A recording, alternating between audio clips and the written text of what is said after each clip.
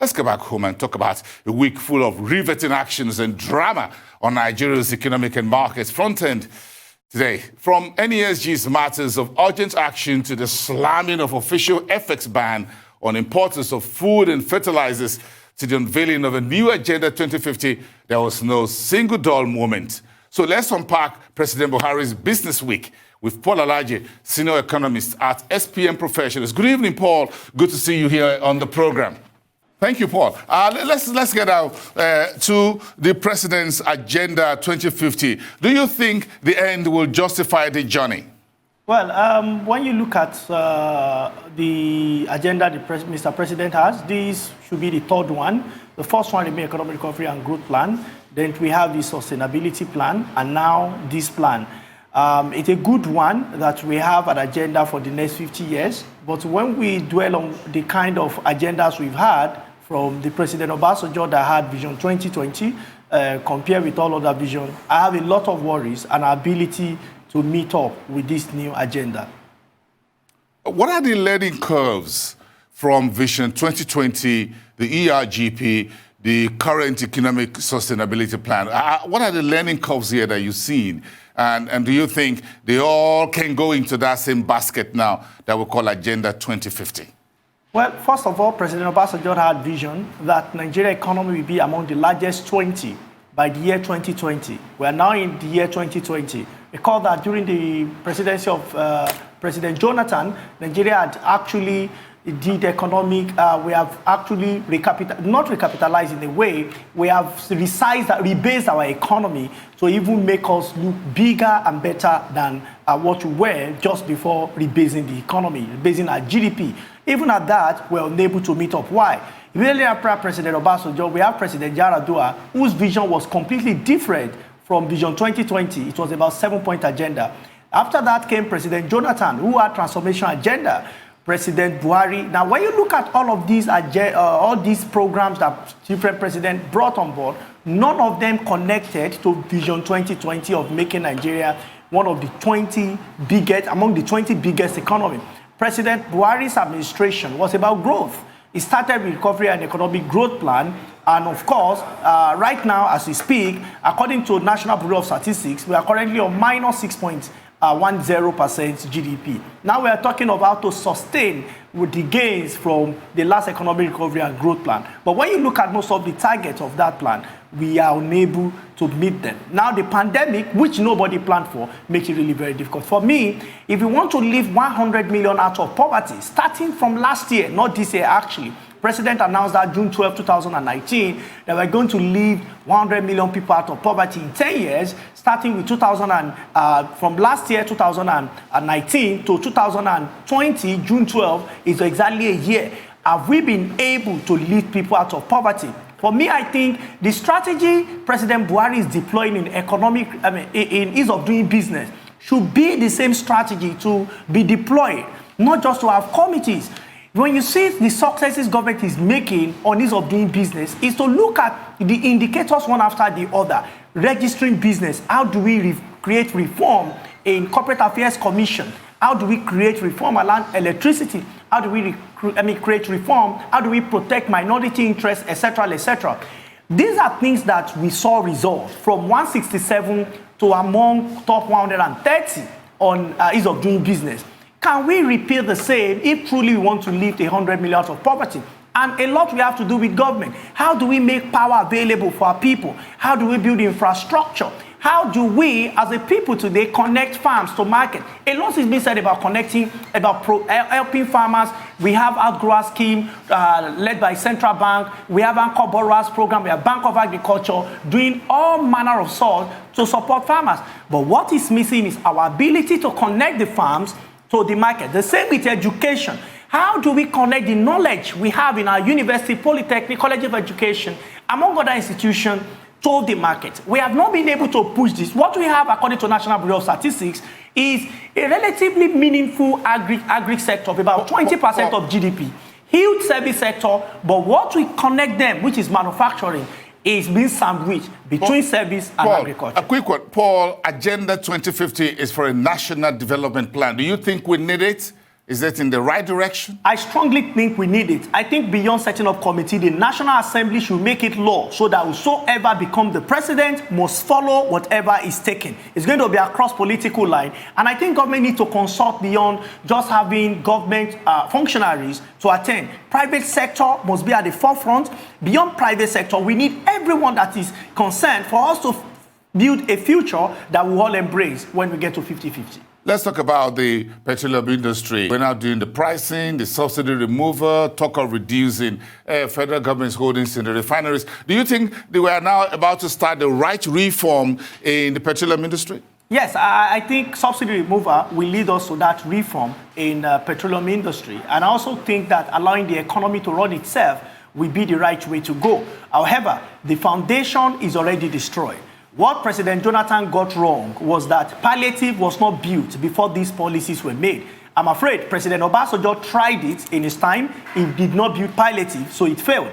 President Yar'Adua did not try it, but President Jonathan tried the same thing, just the way President Ibrahim Babangida, who started this under-structural adjustment program, tried it without giving Nigerians palliative. We have a lot of poor people. I understand when we remove subsidy, it's going to help the poor in a way, but the impact of this high cost will be felt more also by the same poor people. That is why I feel government today need to quickly intervene by supporting these poor people, people in rural community, people who need this government support the most so that they can cushion the effect of World 3 But honestly, removing subsidies is the way to go. Nigeria will save approximately 1 trillion naira that would have been sunk into consumption.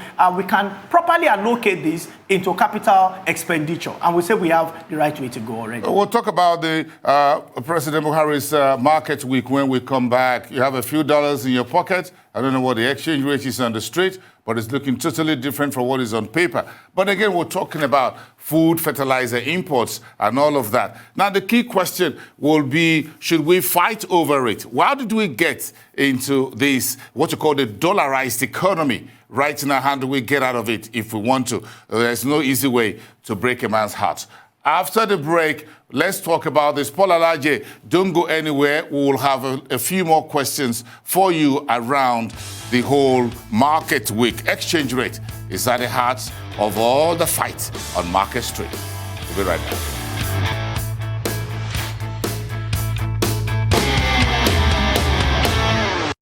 So this week we had a very unusual face-off between the Nigeria Economic Summit Group and the Central Bank of Nigeria. That broke out on Tuesday, adding to the tense situation we already have on Market Street about foreign exchange, system liquidity, interest rates, among other things. Paul ALAJE of SPM Professionals is still with us here on the program. Paul, let's continue this conversation around the Market Street. So what do you make of the NESG CBN face-off over the state of the economy? Basically, that's what the whole lengthy write-ups was all about, by the way, isn't it? Yes. Well, I read what NESG concerns her, and I think they are valid.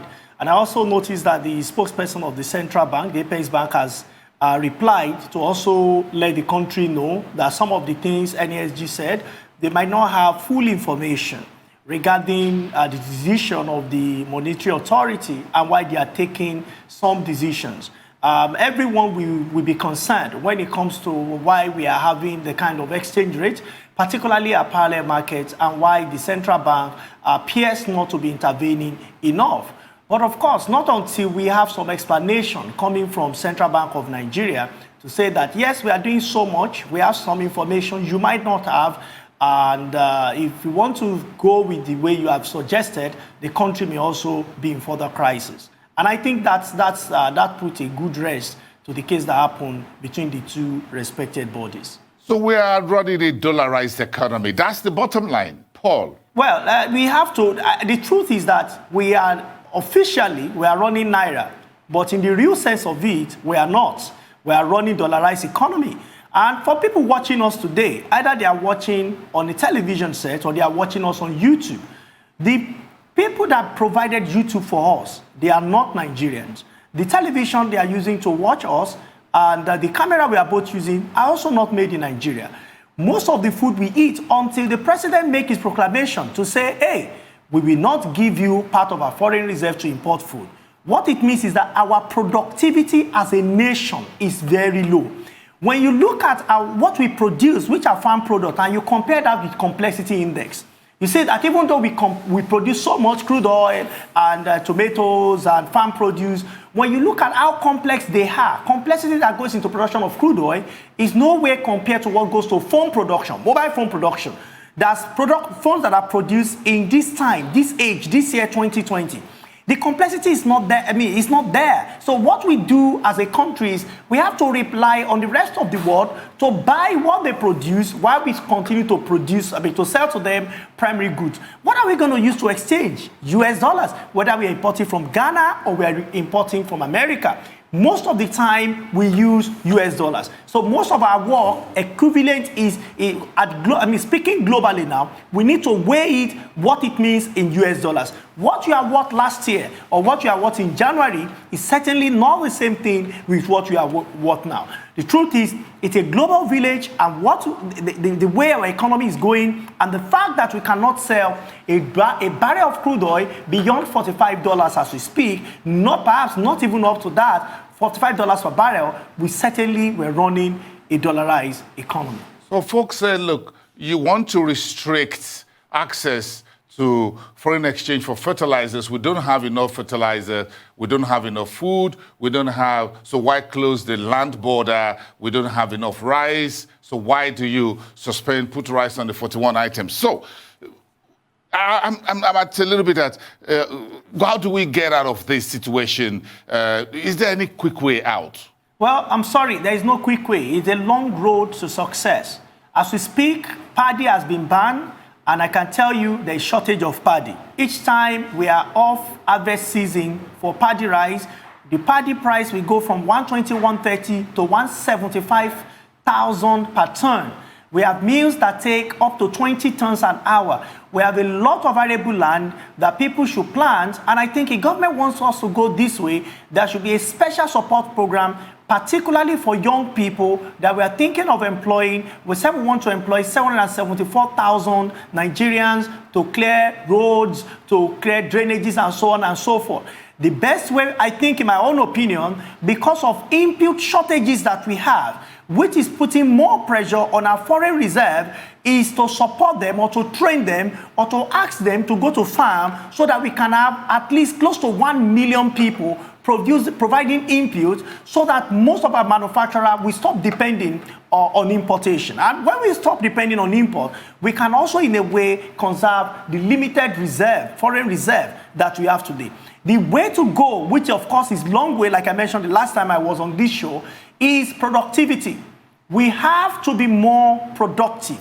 There is nothing we can do. Other countries that are prosperous, that we want to emulate, such as China, America, all of them, one point or the other, they were also an agrarian-based economy, an agrarian economy, where they solely rely on primary products. Today, we have crude oil, the price is down. If the price goes up, all of us will forget that we were here when the pandemic held us down in the aloes of chambers of poverty, misery, and minus 6.10% negative growth rate, of course, of GDP. Once the price goes up, we quickly forget. What we need to do is to convert our economy, which will take time, about 20 or 30 years. That is what China did, that it took 200 million people out of poverty. That is the equivalent of our population.